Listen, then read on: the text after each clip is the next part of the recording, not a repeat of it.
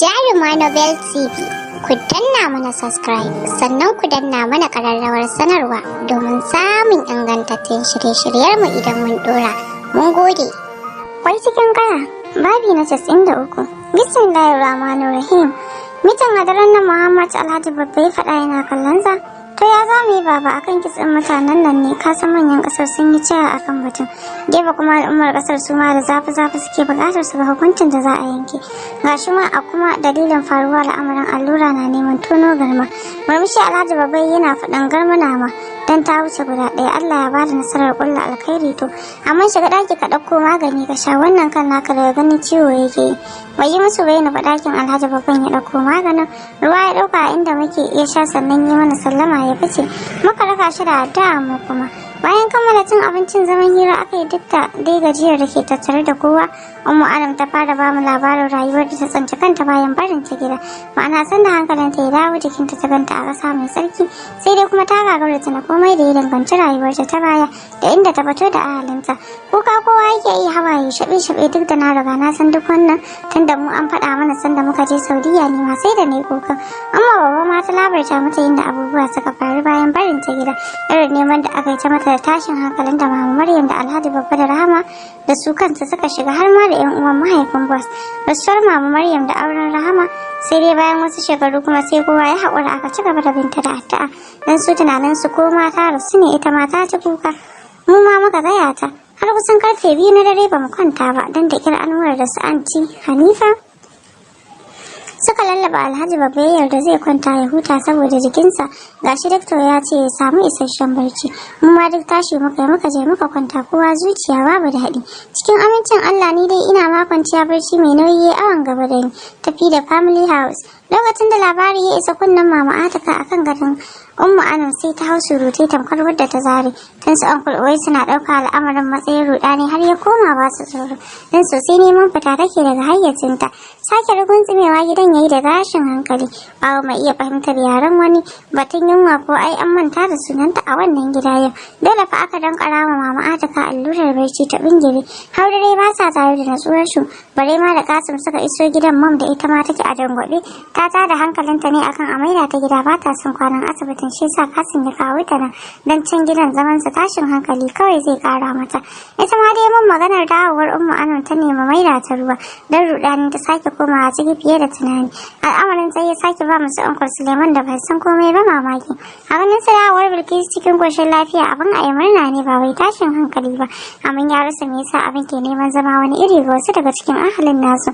Ba shi da bai bashi amsa. Dan haka ya gumda bakinsa kawai. Saboda mitin din da za a yi shi ma dai Kasim baro musu gidan yayi.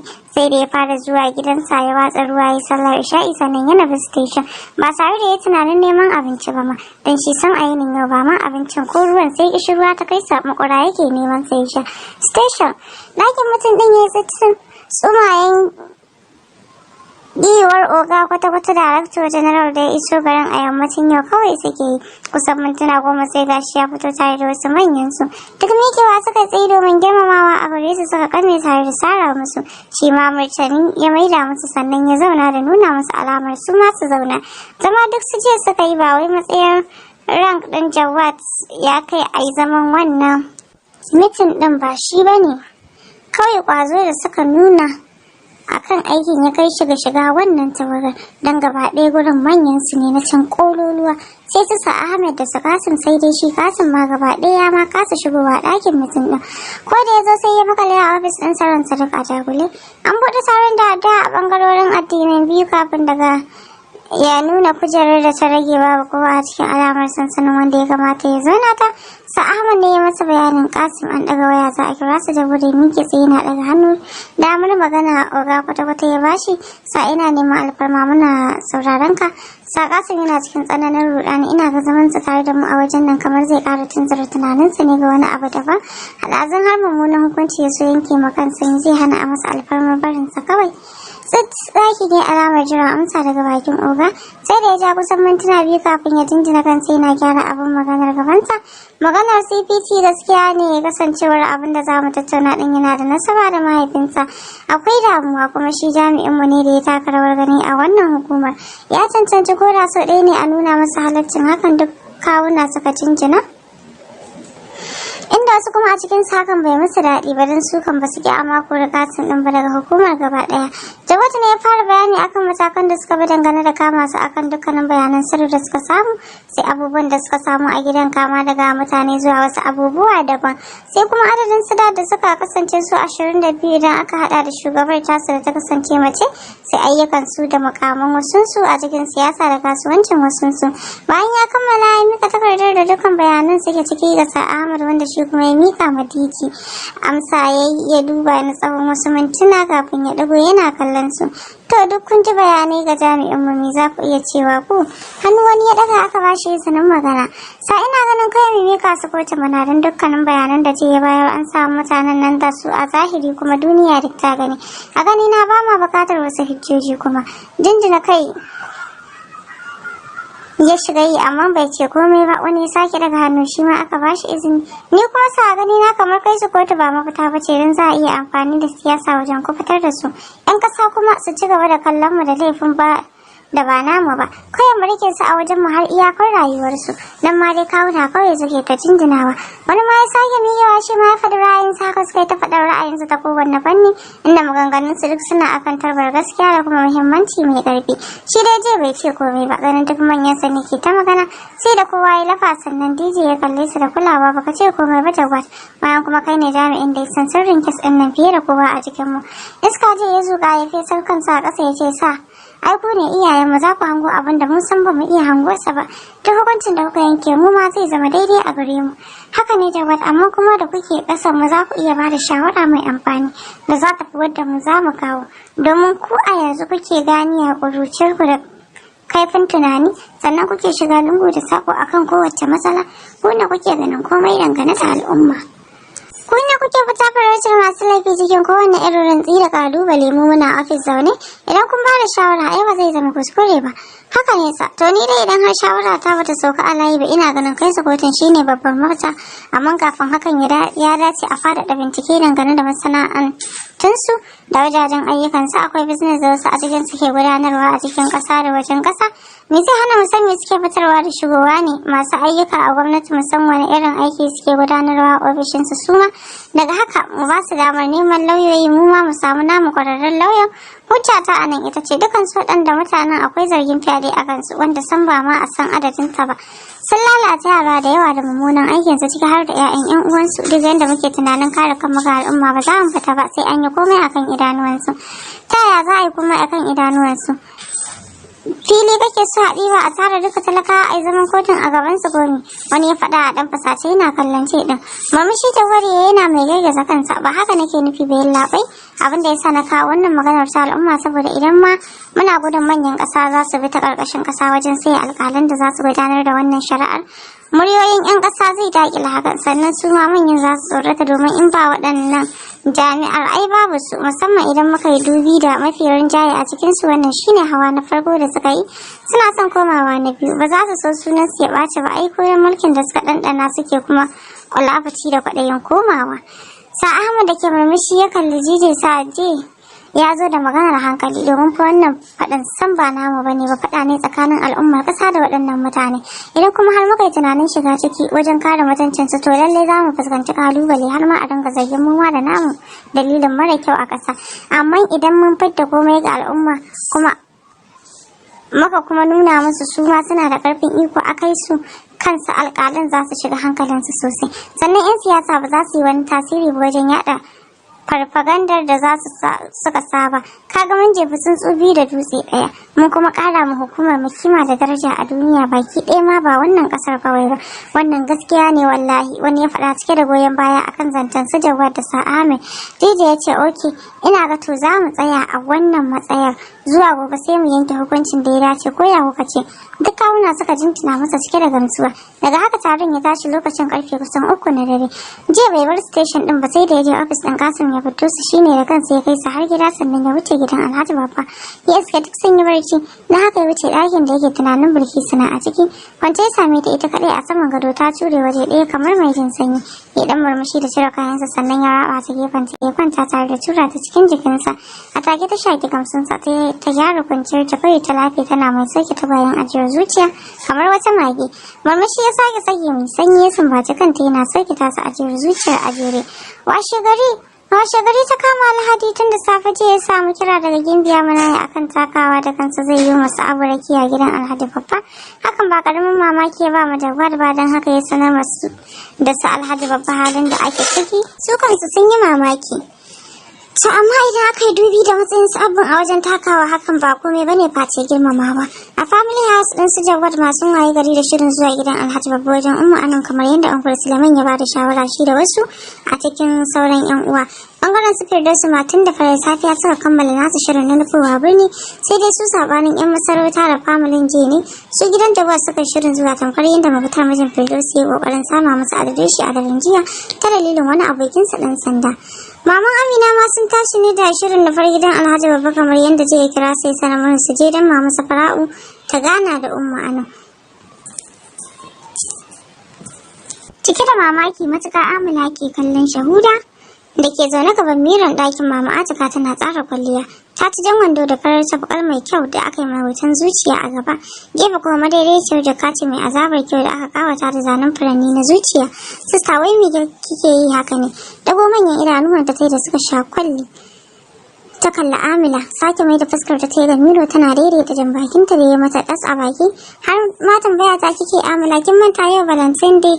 A duk irin wannan ranar ke ma shirya ce a ina shirya ma baby wani abu sannan mu dan fita yawo ko da ke ne idan shi ya ce bai zuwa tunda matsalolin nan suka fara ke ma kin san hakan bata kasance ba to amma yadda aka mai da auren nan namu ai wannan ranar ni ta zo min a daidai ko ba komai zan sake tabbatar masa yana nan daram a raina a shirye nake kuma ne waje da waccan Jafar Bakoyar daga gare su da bakin asirinta cike da takaici karara a sama fuskar Amina ta girgiza kai kwalla na cika mata idanu su ta yanzu nan duk tashin hankalin da muke a cikin ke ta soyayya ma kike yi wallahi ban taba sanin akwai kunya ba a duniya irin jiya hatta da yan gidan nan kunyar hada ido nake da wasu dalilin halin da su da suka jefa kansu da mu amma ke tun a daren jiya na ga makin ware kamar komai bai faru ba ga mu can kwance yanzu haka zazzabi ne ma a jikinta wallahi ba nan sawan kwai Suleiman sun matsa fitar nan ba na san babu inda za ta je duk shirman Salman jikinsa a sanye yake tun jiya ya kasa fita ko ina yana tare da mu amma ke Shahuda da ke mu'amala wani banzan kallo tun da ta fara maganar ta ja gajeren tsaki tana daukar sosan hoda ta kara gyara fuskar ta Amina kenan har ma ke ce kike da bakin faɗa min ban damu ba a kaf ɗinku na fi kowa shin kunya a al'amarin nan don ni ce kullum mai fasting pictures din dat a kowanne shafi na kin san kuma yadda nake da dimbin fans sannan a dukkanin shafukan hotuna na yafi na kowa yawa a cikin ku wallahi tsabar bakin ciki gaba ɗaya shafuka na rufe su ki ajiye sai da na karya duka layuka na fasa wayar sannan na samu nutsuwa bayan wannan me yake so na rasa dat na kuma rasa baby a karo na biyu impossible day dole ne na tsira da ɗaya domin ina kaunar mijina na san duk bayanin da zan miki ba fahimta zaki yi ba tunda ba auren kika yi ba dan haka kar ki bari a jima a gidan mutane baki a matakar hangami Amala da Mama Atika da ke a kwance tana duk sauraron su suke kallon Shahuda da ta jefa cingam a baki tana ƙara gyara zaman gashin dokin da ke a kanta da siririn mayafin da ta yafa jiyawa ce tana kallon su kanta tsaye kuma dan ni fa na ma fi son mu fara isa dan na ga maman baby sosai na ga kuma kalar tarbar da za ta sannan na dan fara cin uban yarinyar can kafin zuwa dare na tare Uffan babu wanda ya ce mata a cikin su Amina ta taimaka wa Mama Atika ta tashi zaune dan dama ta na ta shirya ba dan ta so ba za ta bi su sai dai kai waɗanda suka ba da shawarar zuwa gidan Alhaji Babba a yau sun fi su da ba su son zuwa rinjaye ba ta son kuma ta ce ba za ta je ba a fassara al'amarin da wani abu daban ko a ga kamar tana bakin ciki da dawowar Bilkisu ne sun iska mafi yawan jama'ar gidan su ma duk sun fito harabar gidan fitowar suka sa kowa ya zuba mashahu da idanu dan ta ci wani uban dogon takalmi ne bayan damewa da tai cikin wando da riga Uncle Suleiman ya kalle ta cikin bacin rai zai yi magana Uncle Sadiq ya saurin rike masa hannu yana girgiza masa kai alamar kar ya ce mata komai dan ya san yin magana kan iya janyo wata fitina daban musamman ga Mama Atika da tun jiya take ta datsa ma mutane magana a gida tamkar ba uwa ce a gare su ba haɗiye maganar su Uncle Suleiman yayi ba dan ya so hakan ba a sauran ma babu wanda ya yunkurin cewa komai sai dai suna ta kallon Shahuda da ta toshe da bakin eyeglass ga cingam a baki tana ta tauna hankalinta a kwance gidan Alhaji Babba Kasancewar mai martaba ya sanar da wuri za su saboda yana da zama mutum da su manyan jihar za su yi game da abin da ya faru a kan Sadat. Tun daga sallar asuba ba mu koma barci ba, an tabbatar da bai suka fita suka haɗo kayayyakin da za a buƙata na haɗa abinci. Kasancewar muna da yawa dandanan muka shiga haɗa breakfast, kuma na ce dai suna yi. Dan ni kan ba ma na aikin kirki nake ba dan san ba na jin daɗin jikina. Wasu na gyaran gida, wasu na haɗa abinci, haka aka yi aikin. Zuwa 8 na safe komai ya yi sab, kowa na ta kokarin yin wanka. Da yake basu ya ɗauko mana kaya ni da shi tun fitar da suka da antibatin, sai ban ji damuwa da tunanin me zan saka ba. Na shiri na ta cikin doguwar rigar lace ɗin da ya dauko mini, sai dai bayan fauda babu abin da na ƙara. Turare ma kaɗan na saka na yafi mayafi na fito falo inda nake dan jin maganganun su Anu. Zama na bai fi da mintuna uku ba muka da ƙarar buɗe gate. Miƙewa duk muka yi bas da Anwar ma suka fito tare da Alhaji Babba da suka sako a tsakiya. Ya sha gayi cikin farar shadda har da babbar riga. Fuskar sa fayo alamar gyaran fuska ya sha a ciki. Sai baza kamshi suke su duka uku. Ido muka hada da basu muka yi juna murmushi. Su ne suka fara fita mu ko muna biye da su. Lokacin har motocin guda uku zuƙa sun gama shigowa. Sauran kuma duk sun tsaya a wata alamar ba za su samu waje ba don harabar gidan ba ta cin mota fiye da 7. Akwai kuma tabbatul bas sai na Alhaji Babba guda 2. Abu Sadiq ne ya fara fitowa sai Abu da gudu Anu ta nufi Abu ta makalkale sa. Shi ma ya tarba diyarsa cike da ɗauki da giwa duk da shekaran jiya suka rabu. Mota ta biyu gimbiya mana ya sai mai martaba sarki Samar sai fitin cike da istar nan tasa da kwarjinin girma da mulki. A take dogarai suka fara jera masa kirari tare da lallaba gaban motar har sai da ya fito. Allah ya taimaki dan autan jimina gagara daukan shahu.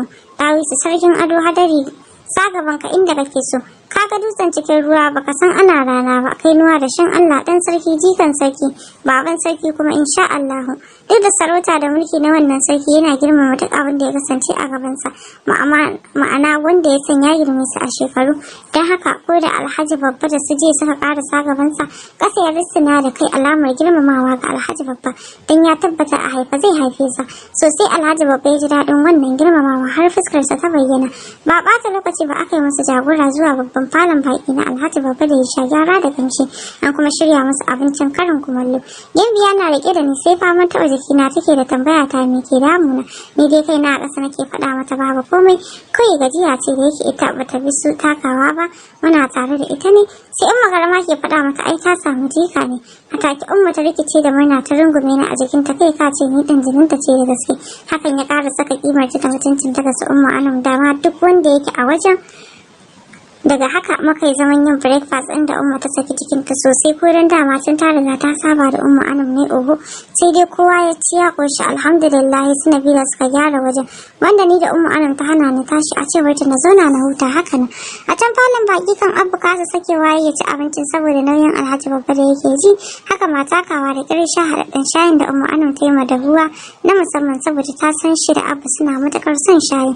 Dan idan takawa ya je cin sosai yake shan sa. Sai farfesun kan rago da shi ma yana matuƙar son sa. Alhaji Babba babu ruwansa, mutum ne mai sakewa da jama'a da jan na ƙasa da shi a jiki. Don haka ya yi ta jin su da hira har dai suka saki jiki da shi, musamman Abu da ya fahimci shine surukin nashi ko dan nan nokewar da yake ta faman yi. Bayan kammala cin abincin dukan mu muka dunguma fadan baki inda su takawa suke kamar yadda Alhaji Babba ya bada umarni. Muna gama zama sai ga kira ya shigo wayar bas tashi ya fata mintuna bai fi uku bai dawo sanar da cewa su Ankwar Suleiman ne. Damar shigo da su Alhaji Babba ya bada. Tunda suka shigo falon ido na sauka akan Anta Shahuda sai kai na ya daure. Ba wai alamunta na nuna ba ta tare da damuwa bane ba kuma shigar ta sai ta bani mamaki ba dan dama na saba ganin abin da ma ya haka. Yanda take ta faman shigewa jikin bas da shi hankalinsa ma baya kanta ne ya bani mamaki. Ina jin lokacin da take faɗa masa wai tana son magana da shi. Ban ji ya bata amsa ba bai ma kalle ta ba na ga ya bar inda yake yana fa kusa da Alhaji Babba ya zauna. Harara ta watso min tare da jin tsaki ta koma kusa da kakarsa ta zauna don tsallakawa inda wasu yake dai babu dama na sani. Ɗage kaina na yi tamkar ma ban ganta ba don ni ba ta gabana wallahi. Sai da aka fara buɗe tare da addu'a kamar yadda addini ya koyar kafin kowa ya fara magana. Ummu Amin ta kalli Alhaji Babba cikin girmamawa ta rike su don Allah tana son idan da hali a kawo da Uncle Nasir da Alhaji Koki na gidan kafin ita dai ta ce komai. Don tana son ta maimaita dukkan abin da ta sani a gaban su gudun kar ma a ce ta masa kasafi. Kowa kallon fasa idan an san dai wannan aikin sa ne. Kansa ya girgiza yana gyara zamansa. Ba ni da wannan damar. Domin kis ɗinsu babba ne sai kuma ya shirya yana ɗan kallon sashin da takawa yake. Mamashi sarki Samar da ya fahimci inda ya nufa bai ce komai bai ɗauka wayarsa ɗaya a cikin wayoyinsa dan danne kafin ya ije da alama da kisminsa ce tura. Babu jimawa ko wayarsa ta yar ƙara alamun shigowar sako. Ɗauka ya duba sai kuma ije yana kallon fas shi ma kallonsa yake yi. Takawa jinjina kai alamar an gama. Murmushi ba sai yana risinar da kansa a kamar girmamawa da jinjina da dan lokacin jira ne Gimbiya ta yi amfani wajen ba su labarin yadda aka yi saka suka tsinci Ummu Anam har kai ta asibiti da maida da Saudiya da maganin da aka nema mata. Bata kai karshe ba aka iso da Sidat kowanne a cikin ankwa gaba ɗayan su kansu a doke sun kasa kallon kowa da ke falon saboda kunya.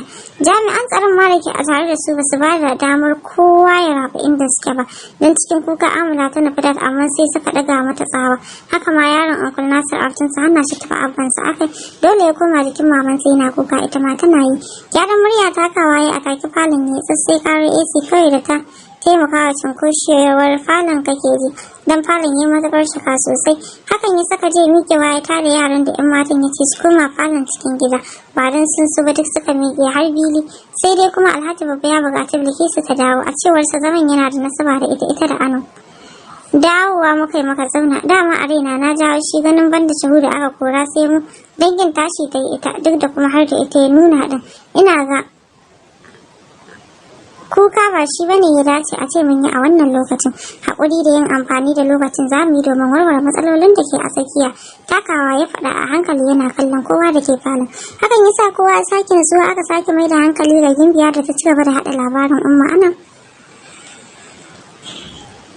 Bayyanar cikinta da kuma aurenta da Abba da haihuwar Anam sai a yanzu da Uncle Nasir Alhaji Kokina suka ma fahimci halin da ake ciki gaba ɗaya ganin Ummu Anam da jin ƙarin bayani. Ni game da ita daga bakin matar sarki ya saka su cewa sai kallonta suke hawa yana kwarara bisa fuskokinsu. Uncle Nasir na jikin kuka ce tabbas ba farkon ba ƙarshen. Da a ce na san da zuwan wannan rana da ban fiye mai yaudara ta azzalumai irin ku ba Alhaji Sadi. Yau gashi babu Abdulaziz a duniya amma ina cikin tsananin kunya mai muni da ko ƙaramin ɗana ba na son duba. Mamakin ba da gudunmawa ke ma iya maganar yana kallon Mama Atika da ta dukar da kai ƙasa tana hawaye. Da ba ki zama mai hassara da ƙyashi ba. Da ban tsinta kaina a wannan halin ba. Da baki zama mai son tafi kowa ba da ban tsinci kaina a haka ba. Tabbas ke uwa ce mahaifiya a gare ni amma tun daga jiya na fara jin nadamar hakan. Kai ta rayuwar da take karewa da dana sani da rudani. Kai can jin daɗi da arzikin da sakamakon sa yake zama wuta. Ina ma ni ne Abdulaziz ba shi bane kai ba kuma zaka taɓa zama shi ba azzalimi mai mai da halacci da batulci. Ummu Anam ta faɗa a harziki idanuwanta sun kaɗa sun yi jajir da bacin rai. Numfashi ta kaye sai ke yana gyara alkyabbar sai ce ina ga maimakon wannan kace na ce din me zai hana mu tafi kai tsaye akan abin da ya tara mana Ummu Anam ne ke faruwa. Sun soyewar zuciya Ummu Anam ta kalli Takawa da ya mata magana suna haɗiye zafin da take ji a ƙirjinta. Kafin ta mai da dubanta ga jama'ar falon baki ɗaya ba sai na maimaita ba kowa ya san wace ce ne diyar wace ce sannan wane ne ya kasance mijina a shekarun baya. Gwagwarmayar da aka sha kafin zaman sa wani abu har ma ya zama wani abin Abdulaziz mutum ne mai matuƙar son yan uwansa. Bai hada son su da kowa ba hatta ɗan da ya haifa. Yanda yake ƙaunar sa al'amuran har tsoro yake bani. Dan ni dai na son su ɗin da wahala a ce suna son sa kamar haka. Sai dai kuma ban taɓa magana ba dan hakan ba hurumi na bane ba. Halayyarsa ta samo asali ne kuma da yanda mahaifiyarsa ta yi masa tarbiyya akan ƙaunar ƴan uwansa da zuciya ɗaya. Abdulaziz yana da abokai tun kan ya zama wani abu sai dai babu wanda ya fi shakuwa da shi kamar Sadi ko Kino. Duk da ko ya girme sa da shekaru masu ɗan tazara tare suka yi karatu tamkar yadda ya faɗa min. Sannan kuma amini ne a gare su ba wai aboki kawai ba. Sadi ya taka matuƙar rawa a bikin mu dan a lokacin ya fi Abdulaziz abin hannu saboda shi yana jiya dukiyar da mahaifinsa ya rasu ya bar masa ne. Shi da ƙaninsa bayan auren mu na sha zuwa gidansa wajen matarsa haka ma matarsa tana zuwa wajena sosai. Haka muka zama aminai su haɗa Allah ya haɗa darajar Abdulaziz ya zama gwamna wanda Sadi yana ɗaya daga cikin waɗanda suka tsaya tsayin daka akan hakan har Abdulaziz ya amince duk da baya bukata. Har ga Allah siyasar da Abdulaziz ya shiga bata taɓa kwanta min a rai ba sai dai na yi shiru ne saboda su mama Maryam da baba duk sun amince masa kuma shi ma na ga ya karɓa. Alhaji Kokino yana ɗaya daga cikin waɗanda suka yi ta nuna min muhimmancin mutane irin Abdulaziz a cikin masu mulkin ƙasar nan. Tun ina ganin suna tuntura shi ne kawai har na yarda da su na shiga jerin masu masa addu'a. A haka ya kammala shekara hudun farko a gwamna aka tsira shi takarar shugaban kasa a bazata. Ya so ya bijire a lokacin kan amma muka tsaya kai da fata ni da Sadi da Nasir da wasu a 'yan uwansu wajen roƙon su ya tsaya tun da jama'a ne suke buƙatar hakan. Haka ya haƙura don darajar roƙon da muka yi masa. An shiga hidimar kamfen da sauransu har dai gwamnati ta tsaya Abdulaziz ya zama shugaban ƙasa. Harkokin mulki sun fara zama da ƙafafuwansu yana da watanni 4 dan an yi naɗe-naɗe ga waɗanda ya dace ciki har da Sadi wanda ya samu mukami mai tsokar gaske. Haka ma Alhaji Ali cikin amincin Allah suka fara fito ayyuka na ci gaban ƙasa wanda ina ɗaya daga cikin mashawarta na cikin gida. 'Yan ƙasa na ta murna don nuna jin daɗinsu sai dai kuma ga Abdulaziz abubuwa sun fara canzawa. Walwalarsa da kuzari sun fara raguwa. Idan ya zauna sai ka gansa zugun tamkar wani wanda abin duniya ya addaba. Abotarsa da Sadi ko kina kamar ta fara ja baya dan yawan zuwa da yake yi gidan sai naga ya rage daga shi har Ali. A koda yaushe ya dawo gida yana manne da Jawad kamar wani wanda za a kwace masa shi idan na tambaye sa me ke damunsa kuma sai ya ce da ni babu komai ko ya ce harkar mulkin kasar nan sai addu'a Bilkisu. Babu komai cikin sa sai bakin tashin hankali. A zahiri kai shugaban kasa yake amsa sunansa amma a baɗini daure yake ta mu abun waɗanda ke zagaye da shi. Nakan nemi fashin baki akan wannan magana a duk sanda ya yi ta amma sai dai ya murmushi kawai baya cewa komai. Tun ina kokarin tambayar sa ma har na daina sai dai ina ta masa addu'a yana wata na 10 da hawa mulki na kasa hakuri ne masa tambaya akan Sadi da Ali. Amsar da ya bani ita ce kawai babu komai. Hakan yasa na ji babu daɗi gaskiya dan har na nuna masa mutum ne shi mai matukar saukin kai ga iyalansa. Sai ya zauna ya dinga bani haƙuri domin nasiha akan wani abin barinsa a yanda yake ya fi muhimmanci fiye da tunasa. Nan ma dai haƙura ne na barsa ba don naso hakan ba. Sai daga baya ne na samu mama Maryam da maganar don abin ya kasa barin zuciyata. A ranar ya zo nan gidan sai dai ban san me suka tattauna ba. Da ya koma gida kuma ban tambaye sa komai ba. Ummu Adam da sauke numfashi da share hawayen da ke gangaro mata wanda saulaki su ma kukan suke a hankali. Kafar ta mai ciwo ta dan miƙe da ci gaba da faɗan. A daren wata juma'a da ke daidai da cikar Abdulaziz shekara 1 da wata 1 akan kujerar mulki sai ya yaƙi bayan sallar isha'i. Tunda daga har ya yarda zai ga baƙin na tabbata masu muhimmanci ne. Na a ka'ida shugaban ƙasa baya irin wannan zaman musamman ma da daddare kuma a cikin gidan ma a falonsa. Ina son tashi na bisu na ga wane ne Jabo da ke fama da zazzaɓi ya hana ni tashi dan yana ta faman kuka. Haka na haƙura ne amfani da talfan ne kiran su Wasila da ke ɗakin su dan suna a tare da mu ne kowa ya sani. Rahama ce ta ɗaga wayan a cewar ta Wasila ta yi barci. Umarni na bata akan ta saka a kai wa bakin Abdulaziz abin sha idan kuma suna buƙatar wani abu sai a haɗa da shi. Ta amsa min da to na kasa kira. Kusan mintuna 40 da yin haka har ma na manta ina jiran shigowarsa ne kawai sai ga Rahama ta shigo min a wani iri. Faɗa na fara mata dan ba sa shigowa ɗakin su in ba da wani babban dalili ba. Cikin ruɗin da take ciki ta ce ki yi haƙuri yayi wallahi wani abu ne ya saka ni a ruɗani. Zo mu je ɗakin ki ji dan Allah kada ya Abdul ya shigo. Ba mu samu ta ba na bayan ta maka fata ina goye da Jawad da ya barci a bayana. Yaya wai dan Allah mai sa Alhaji Sadi ke son yaya Abdul yayi ne yaƙi. Ban gane ba Rahama me ya faru? Ruwan da kika ce na saka a kai musu sai na iske ma'aikatan suna ta faman aikin. Kin san kuma yaya ba son kowa ya masa aiki yake ba. Wani lokacin shine fa na dauka da kaina na kai ruwa. To sai na iske yaya Nasir Alhaji Ali da Alhaji Kokina tare da shi. Sai dai kafin ne sallama na ji wani furuci na yaya Nasir da ya saka bayan na gaishe su na ijiyar ruwan na sake laɓewa. Dan tun da na shiga falon kan yaya Abdul a kasa alamun ran sabace yake. Kin san me na ji ko kaina an jinjina mata a lokacin. Ta ci gaba da faɗin yaya Nasir na je na faɗin amma dai Abdulaziz ka san baka isa sannan sirrin mu ba sannan ka bijire mana ba fa idan ba ma son ka bane muke jawo ka cikin mu duk yanda kake tunanin mulkin kasar nan ya fi karfin ka sai ka ɗora ɗamarar da muke nuna maka dan mulkin kasar nan baya buƙatar gaskiyar ka ko ƙwazon ka balle son talakawan ka. Murmushi ya Abdul yana girgiza kansa cike da ladabi ya ce ya idan Allah mu ajiye maganar nan in dai ni ne kusa a ranku abinda na ji na gani a can wajen na bar sa wallahi kuma har abada ba zan taɓa furta shi gaba na ba ko da ko a ce Bilkisu ce ko mama ko Jawad amma hakan ba wai yana nufin zan bar ku ci gaba da zama akan wannan halakar ba ku ji tsoron Allah kar ku. Da sauri yayi Nasir ya ɗaga masa hannu ba ma buƙatar shi.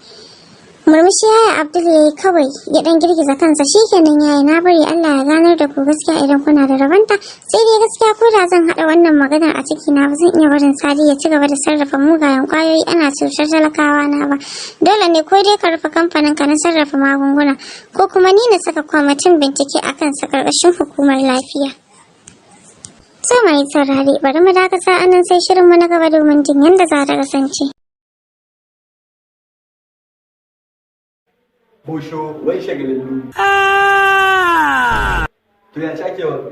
bari in sha wiwi na koma gefe in yi shiru. A to ina mutumin ka daushe ne. Shi sai ya gama cakiya ma tsaf. Sakewa fa ta wiwi ke. A ka zan gangan. A wai shi kadai. Shi ɗan ta kake shanye. To fa kai kaji idan ka sha hudun nan me kake gani ne? Awaki har da shanu har da jakuna. A wannan kai ka fi kowa shawuwa. To ke ba Hadiza ka ba. Ana dan kai ta din ne? A kina san ai ba gurin ki ina yin ki tawon ina yin ki. Yaro kenan. A kai ba. Please leave me alone. A to me yasa baka so a gaya mutane gaskiya? A irin yanayin da nake ciki ba na buƙatar kowa ya kasance tare da ni. Ta motsa kenan. Halima ce to na ji an ce ke ma kina dan kai ta. Inna lillahi wa inna ilaihi raji'un. Me yasa zaka min haka? A ba ni na faɗa ba da zalimi ko ni. Ya za ka yi min haka? Mun yi da kai ne ba zan gaya mata ba. Banda ita ma ba ka ce mini ki ma mun yana dan kai ta ba. Irin wannan cin fuska da cin mutunci ni za a yi ma waye ni shi. Da zalimi ko ni. Ya za ka yi min haka? Shi ma mun yi da kai ne ba zan gaya mai ba. Kuma wallahi sai mun sa kafar wando ɗaya da kai tun da kai min haka. Ƙaniyar uba ka nake. Mun juyo kanka mai sana'a taka. Wai me kake shiga da yan kallon a ledan nan ne? Ukusi ne fa. Menene kuma ususi? Gayu sun riga sun san usi ukusi musi. Amma dai girma ya faɗi. Da wuyar abun ba a saba ba, an saba ma sai an jure. Me yasa baka dan kai wiwi din nan da yara? Karamar kwakwalwa ce da ni. Ban ji me kace ba. Karamar kwakwalwa ce da ni. Kace me? Karamar kwakwalwa ce da ni. Ah kai.